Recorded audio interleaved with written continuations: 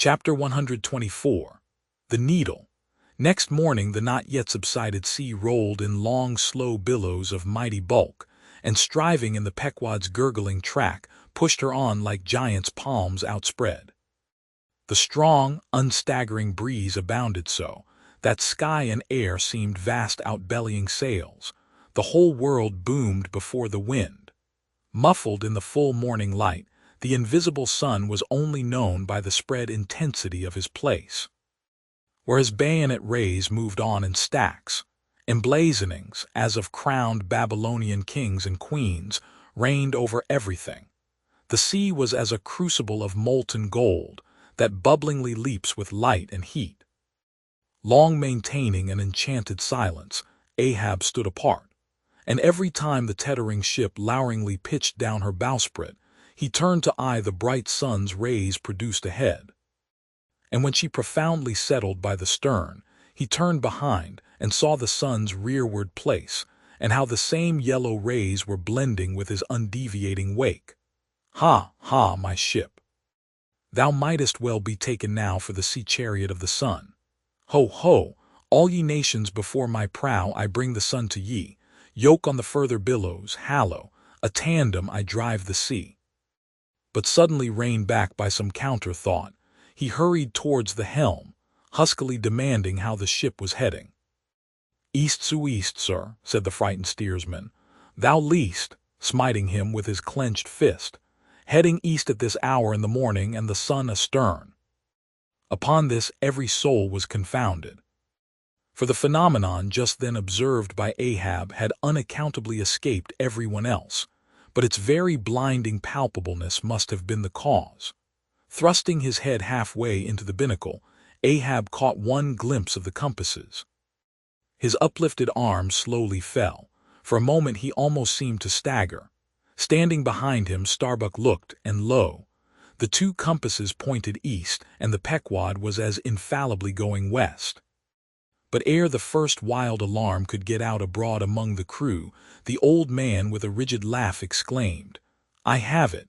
It has happened before. Mr. Starbuck, last night's thunder turned our compasses, that's all. Thou hast before now heard of such a thing, I take it." "Aye, but never before has it happened to me, sir," said the pale mate gloomily. Here, it must needs be said, that accidents like this have in more than one case occurred to ships in violent storms. The magnetic energy, as developed in the mariner's needle, is, as all know, essentially one with the electricity beheld in heaven. Hence it is not to be much marveled at that such things should be. Instances where the lightning has actually struck the vessel, so as to smite down some of the spars and rigging, the effect upon the needle has at times been still more fatal.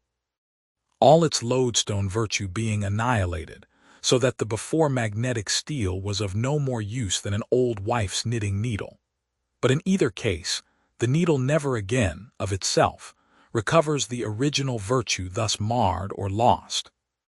And if the binnacle compasses be affected, the same fate reaches all the others that may be in the ship, even were the lowermost one inserted into the kelson. Deliberately standing before the binnacle, and eyeing the transpointed compasses, the old man, with the sharp of his extended hand, now took the precise bearing of the sun, and satisfied that the needles were exactly inverted, shouted out his orders for the ship's course to be changed accordingly. The yards were hard up, and once more the Pequod thrust her undaunted bows into the opposing wind, for the supposed fair one had only been juggling her. Meanwhile, whatever were his own secret thoughts, Starbuck said nothing, but quietly he issued all requisite orders. While Stubb and Flask, who in some small degree seemed then to be sharing his feelings, likewise unmurmuringly acquiesced. As for the men, though some of them lowly rumbled, their fear of Ahab was greater than their fear of fate. But as ever before, the pagan harpooneers remained almost wholly unimpressed. Or if impressed, it was only with a certain magnetism shot into their congenial hearts from inflexible Ahab's.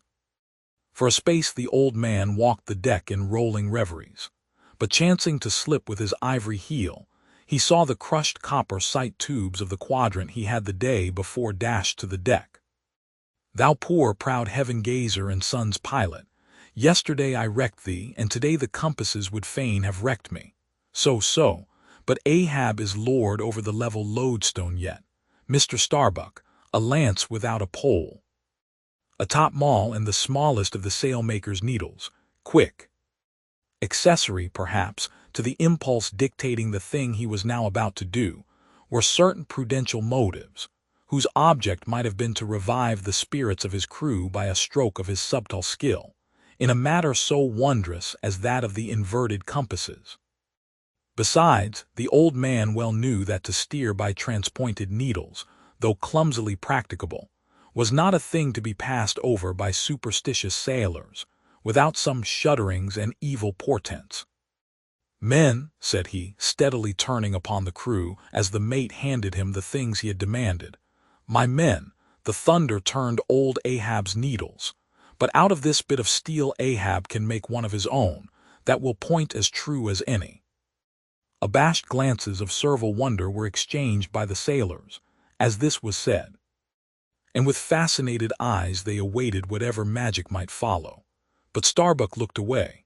With a blow from the topmaul Ahab knocked off the steel head of the lance, and then handing to the mate the long iron rod remaining, bade him hold it upright, without its touching the deck.